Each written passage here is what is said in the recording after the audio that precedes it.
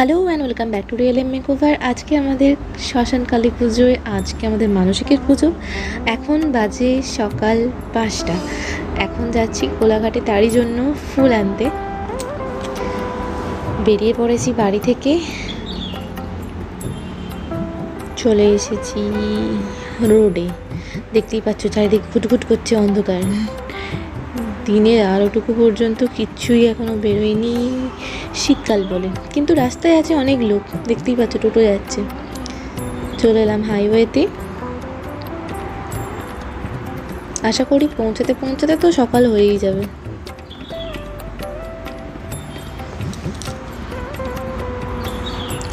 এই যে সবে আলো ফুটতে শুরু করেছে, আর আমরা তারই মধ্যে পৌঁছে গেছি কোলাঘাট। কোলাঘাটের ব্রিজটাও দেখিয়ে দিলাম। পৌঁছে গেছি। এটা বাইক স্ট্যান্ড ছিল, এখানে অরূপ বাইক রাখলো, আমাদের সঙ্গে আরেকজন গিয়েছিল, অরূপেরই বন্ধু। চলে এসেছি ফুল মার্কেটে। এখানে হাতে ছিল প্রচুর ব্যাগ, তাই আর ব্লগ করা হয়নি। এটা ফেরার পথে কোলাঘাটের ব্রিজ আবারও। তখন বাজে প্রায় 7টা। পুরোই সকাল হয়ে গেছে, আর আজকে আমার ছিল নির্জলা উপবাস। এখন বাড়িতে এসে আবার বেরোচ্ছিলাম বাজারের পথে, তার আগে মন্দিরে একবার চলে গেলাম কি হচ্ছে না হচ্ছে দেখতে। এখন যাচ্ছি পেট্রোল পাম্পে, ওখান থেকে যাব আবার সবজি বাজার করতে। যে সবজি বাজারে চলে এসেছি। এখানে যাদের কাছ থেকে আমরা বাজার করি, সেখানে একটা বাচ্চা হঠাৎ করে আমি ব্লগ করছি দেখে বলছে হাই গাইজ, ওই জন্য আমি এত হাসছিলাম।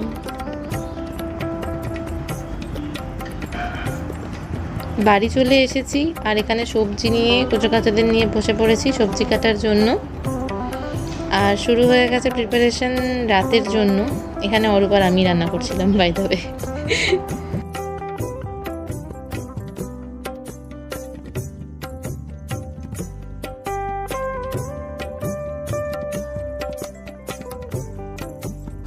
মোটামুটি রান্না কমপ্লিট। এখানে অরূপ ওই দিনেও অফিসের ছুটি নেয়নি, চলছিল ওর ওয়ার্ক ফ্রম হোম।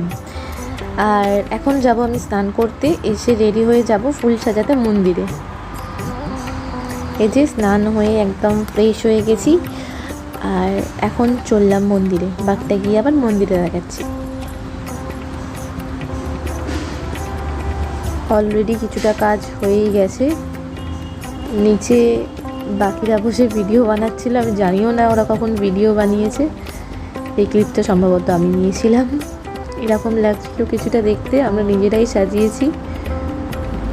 ঠাকুরটা একবার দেখিয়ে দিই কাছ থেকে। এই সময় অনেকটা কাছে আসতে পারছি, এরপরে যখন প্রিপারেশন শুরু হয়ে যাবে আর কাছে আসতে পারবো না সন্ধেবেলায়, তাই এখনই একবার দেখিয়ে দিলাম। হয়ে গেছে এখন বিকাল প্রায় 4:30 বাজে। এখন আবার বাড়ি যাব, গিয়ে রেডি হয়ে চলে আসবো আবার 6টার মধ্যে।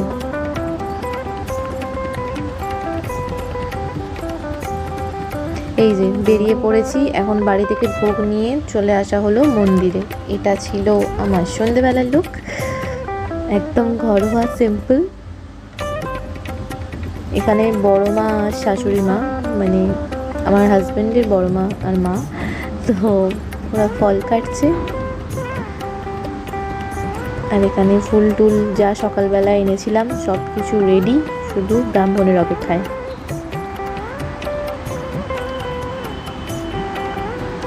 বেসিক্যালি আজ আমি প্রথমবারের জন্য ধুনো করবো। এর আগে আমার বাপের বাড়িতে যে কালী পুজো হয় ওখানে আমি অঞ্জলি দিয়েছি, সবই করেছি।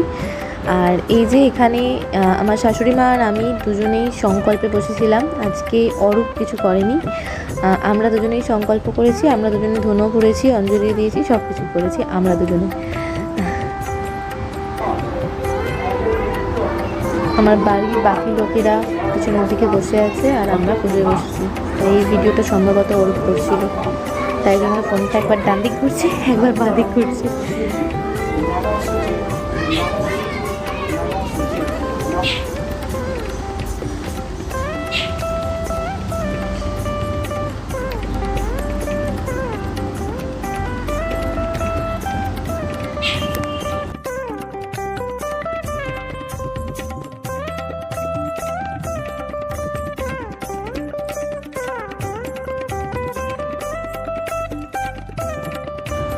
যেহেতু আমরা ঠাকুরকে প্রদক্ষিণ করে বরণ করতে পারবো না, তাই আমরা মন্দিরের চারধারে 5 জন মিলে ঘুরে বরণ করবে ব্রাহ্মণ, কিন্তু আমরা ঘুরে নিলাম।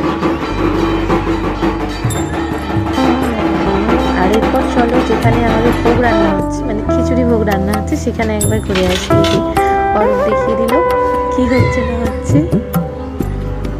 এখানে চলছে অলরেডি প্রসেসিং।